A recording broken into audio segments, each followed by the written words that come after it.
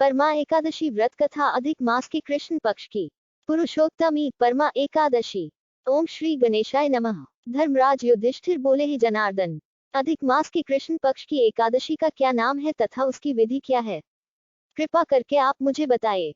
श्री भगवान बोले, हे राजन, अधिक मास में कृष्ण पक्ष में जो एकादशी आती है वह परमा पुरुषोत्तमी या कमला एकादशी कहलाती है। वैसे तो प्रत्येक वर्ष 24 एकादशियां होती हैं। जब अधिक मास या मलमास आता है तब इनकी संख्या बढ़कर 26 हो जाती है। अधिक मास या मलमास को जोड़कर वर्ष में 26 एकादशी होती है। अधिक मास में 2 एकादशी होती है जो पद्मिनी एकादशी शुक्ल पक्ष और परमा एकादशी कृष्ण पक्ष के नाम से जानी जाती है। ऐसा श्री कृष्ण ने अर्जुन से कहा है। भगवान श्री कृष्ण ने अर्जुन को इस व्रत की कथा व विधि भी बताई थी। काम्पिल्य नगरी में सुमेधा नामक एक ब्राह्मण अपनी पत्नी के साथ निवास करता था। ब्राह्मण बहुत धर्मात्मा था और उसकी पत्नी पतिव्रता स्त्री थी। यह परिवार बहुत सेवा भावी था। दोनों स्वयं भूखे रह जाते परंतु अतिथियों की सेवा हृदय से करते थे।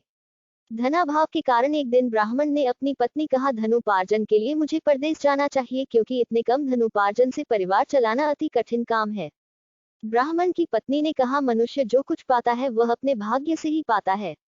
हमें पूर्व जन्म के कर्मानुसार उसके फलस्वरूप ही यह गरीबी मिली है, अतः यही रहकर कर्म कीजिए, जो प्रभु की इच्छा होगी वही होगा। पत्नी की बात ब्राह्मण को जच गई और उसने परदेश जाने का विचार त्याग दिया। एक दिन संयोगवश कौंडिल्य ऋषि उधर से गुजर रहे थे तो ब्राह्मण के घर पधारे। ऋषि कौंडिल्य को अपने घर पाकर दोनों अति प्रसन्न हुए। उन्होंने ऋषि की खूब आवभगत की। उनका सेवा भाव देखकर ऋषि काफी खुश हुए और पति पत्नी द्वारा गरीबी दूर करने का प्रश्न पूछने पर ऋषि ने उन्हें मलमास के कृष्ण पक्ष में आने वाली पुरुषोत्तमी एकादशी करने की प्रेरणा दी। व्रती को एकादशी के दिन स्नान करके भगवान विष्णु के समक्ष बैठकर हाथ में जल एवं फूल लेकर संकल्प करना चाहिए। इसके पश्चात भगवान की पूजा करनी चाहिए। इसके बाद ब्राह्मण को भोजन करवाकर दान दक्षिणा देकर विदा करने के पश्चात व्रती को स्वयं भोजन करना चाहिए। उन्होंने कहा, इस एकादशी का व्रत दोनों रखें। यह एकादशी धन वैभव देती है तथा पापों का नाश कर उत्तम गति भी प्रदान करने वाली होती है। धनाधिपति कुबेर ने भी इस एकादशी व्रत का पालन किया था, जिससे प्रसन्न होकर भगवान भोलेनाथ ने उन्हें धनाध्यक्ष का पद प्रदान किया।